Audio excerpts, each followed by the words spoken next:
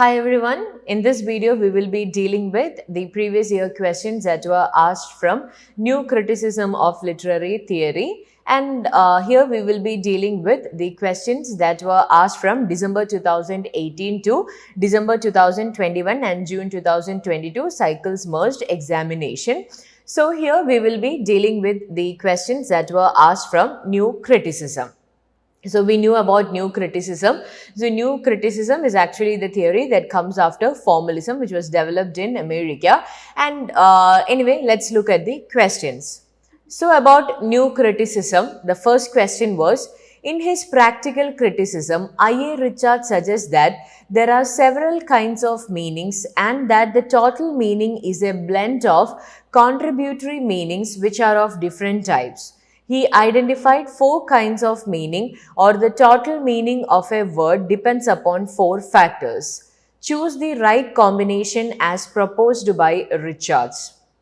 Okay, so I will read the question once again. In his practical criticism, I.A. Richards, practical criticism is an essay written, it's a book written by I.A. Richards, and in this particular book, he suggests that there are several kinds of meaning, and when these meanings combine, it creates a total meaning, and this total meaning is a blend of contributory meaning which are of different types. He identified 4 kinds of meaning, or the total meaning of a word depends upon 4 factors. So you have to identify the 4 kinds of meaning, or the 4 factors that makes up a meaning. Choose the right combination as proposed by Richard. So let's look at the option: image, feeling, tone, intention. Image, feeling, tone, intention. Sense, feeling, tone and intention. Sound, sense, tone and matter. Sense, feeling, tone and matter. Okay, image, feeling, tone, intention. Sense, feeling, tone and intention. Sound, sense, tone and matter. Sense, feeling, tone and matter. So before looking to the answer, let's look at this 4 kinds of meaning. So, I.A. Richards in Practical Criticism, which was published in 1929, he suggests that there are several kinds of meaning. Okay, he suggested that there are several kinds of meaning, and the total meaning is a blend of contributory meaning which are of 4 different types. So, the 4 kinds of meaning, or the total meaning, depends upon 4 factors: sense, feeling, tone and intention. So, this is something that you have to study by heart, because there were many questions that were asked from I.A. Richards regarding the meanings. So, sense, feeling, tone and intention. So, these are the 4 kinds of meaning, or we can say that the total meaning depends upon the sense, feeling, tone and intention of the particular literary text. So, let's look what sense is. Sense is what is said, or the items referred by a writer. So while reading a text or while writing a text, there would be certain said or certain referred items directly by the writer. So that is what is called as sense. Okay, and feeling is the emotion or the attitude or the interest, etc., that is shown towards what is being said. Okay, so that is not about the tone or feeling of the particular text. It is the emotion, attitude, interest, will, desire, etc. towards what is being said. And then tone. Tone is the attitude towards the audience. It can be agitated, it can be angry, it can be sad, it can be happy, it can be joyous. So, tone is the attitude towards the audience or the reader. Then we have intention.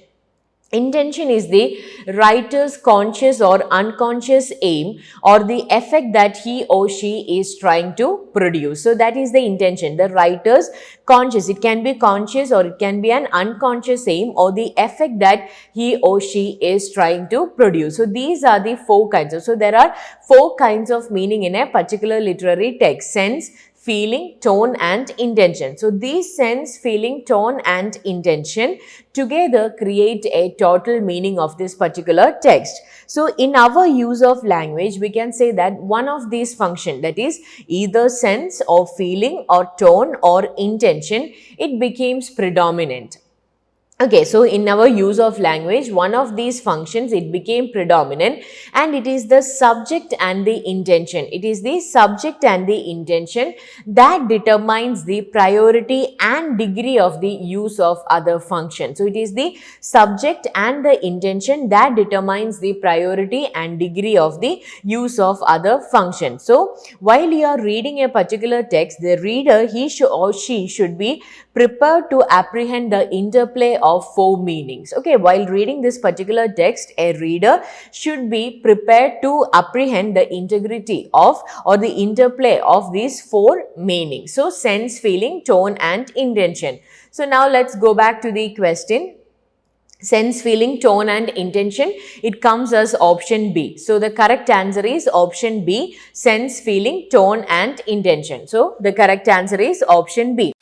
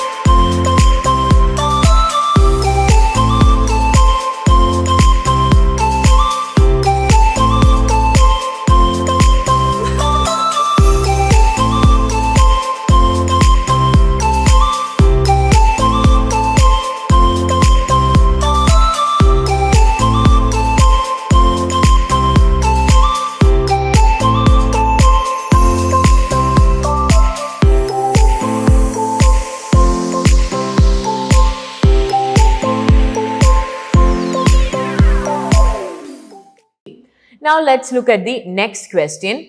The great English novelists are Jane Austen, George Eliot, Henry James and Joseph Conrad.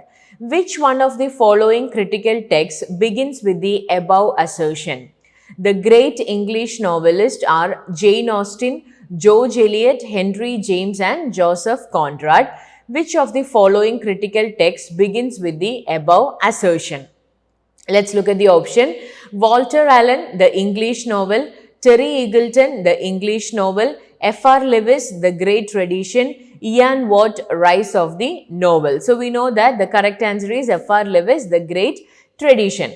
So the Great Tradition by F.R. Lewis, it was published in 1948. F.R. Lewis, The Great Tradition, it was published in 1948, and the very essay, it begins with a controversial statement that the great English writers are Jane Austen, George Eliot, Henry James and Joseph Conrad. So that is the very beginning of this particular essay, The Great Tradition, that is the great English writers are Jane Austen, George Eliot, Henry James and Joseph Conrad. So according to him, the authors are great because they have the ability to transform the possibilities of art for practitioners and readers and foster knowledge of the possibilities of life. Okay, so that is why F.R. Lewis regards these writers to be the greatest English writers. So the greatest English writers are Jane Austen, George Eliot, Henry James and Joseph Conrad, and he also mentioned that D.H. Lawrence, he successfully follows the pattern of these writers, and these authors are great because they have the possibility to transform they have the ability to transform the possibilities of art for practitioners and readers, and also to foster knowledge of the possibilities of life. Okay, so these statements comes as option, the statement comes as the opening statement of F.R. Lewis, The Great Tradition. So that is option C. So the correct answer is option C. Now let's look at the next question. Who among the following belong to the Chicago School of Critics?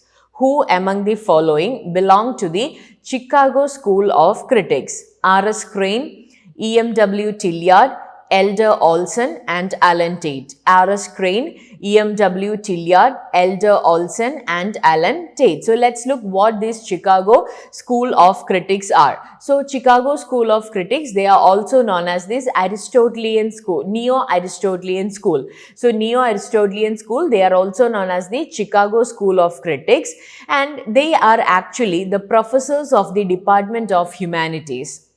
They are the professors of the Department of Humanities in University of Chicago, and they actually, and what did they do? They actually tried to expand the possibilities of new criticism into genres. They try to expand the possibilities of new criticism into genres. So they engaged in bringing about a radical transformation in an attempt to revive humanities. So the major critics are Ronald S. Crane, that is R.S. Crane, Elder Olson, Richard McKeown, Norman MacLean and Bernard Weinberg. So these are the major critics: R.S. Crane, Elder Olson, Richard McKeown, Norman MacLean and Bernard Weinberg. So let's go back to the options: R.S. Crane, E.M.W. Tilliard, Elder Olson and Alan Tate. So we know the correct answer is A and C, R.S. Crane and Elder Olson. A and C comes as option A. So the correct answer is option A. So now let's look at the next question. Who among the following considered paraphrase as a heresy? Who among the following considered paraphrase as a heresy? Okay, so we have CLEANTH Brooks, Edmund Wilson, I.A. Richards and Percy Lubbock. CLEANTH Brooks, Edmund Wilson, I.A. Richards and Percy Lubbock. So heresy of paraphrase, this is actually a title in the chapter The Well-Wrought Urn. Okay, it's a title in the chapter The Well-Wrought Urn, which was written by CLEANTH Brooks, and we knew about CLEANTH Brooks. CLEANTH Brooks is actually an important personality when it comes to new criticism, and so he actually brings the importance of importance of paradox in this Well-Wrought Urn. So the heresy of paraphrase, it's actually a title of a chapter in the Well-Wrought Urn. So let's look what Brooks explains in this particular work. So Brooks argued that meaning in poetry is irreducible. So according to Brooks, the meaning in poetry is irreducible. We cannot paraphrase a poetry, or we should not paraphrase a poetry. Why?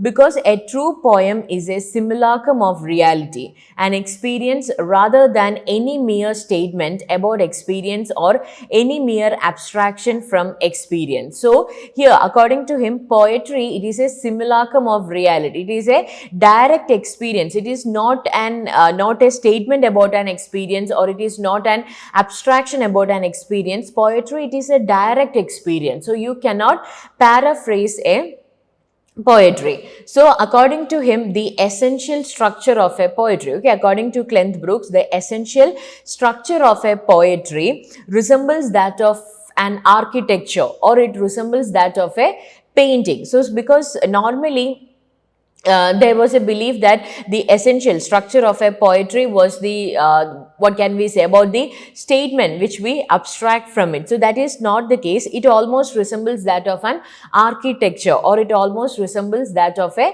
painting. So it is a pattern of resolved stresses. So poetry, the essential structure of a poem is a pattern of resolved structures. So resolved structures, or we can say that to move closer still to poetry by considering it to a contemporary or temporal arts, the structure of a poem resembles that of a ballet, or it resembles that of a musical composition. So we can compare the structure of poetry not to any other things but to a ballet or a musical composition, or to an architecture, or to a painting. So what does all these means? It is a pattern of resolutions. It is a pattern of resolutions, or we can say it is a pattern of balance and harmonization developed through a temporal scheme. So that is poetry, and any sort of paraphrasing the poetry is supposed to be an heresy. So Brooks, he emphasized structure, tension, balance, and irony. He emphasized structure, tension, balance, and irony over meaning. So just imagine, he is a new critic over meaning, statement, and subject matter. He relied on comparisons with non-verbal arts in order to shift discussion away from a summarizable content. You cannot summarize a painting. You cannot summarize an architecture, or you cannot summarize a ballet or a musical composition. It is not something that is supposed to be summarized. So the same goes for poetry. Okay, so here the question is, who among the following considered paraphrase as a heresy? So the correct answer is option A, CLEANTH Brooks. So these were the 4 questions that were asked from these were the 4 questions that were asked from new criticism, and in the next video, as part 2, we will be dealing with the remaining questions that were asked from new criticism from December 2018 to December 2021 and June 2022 cycles merged examination. So that's all for this video. Thank you.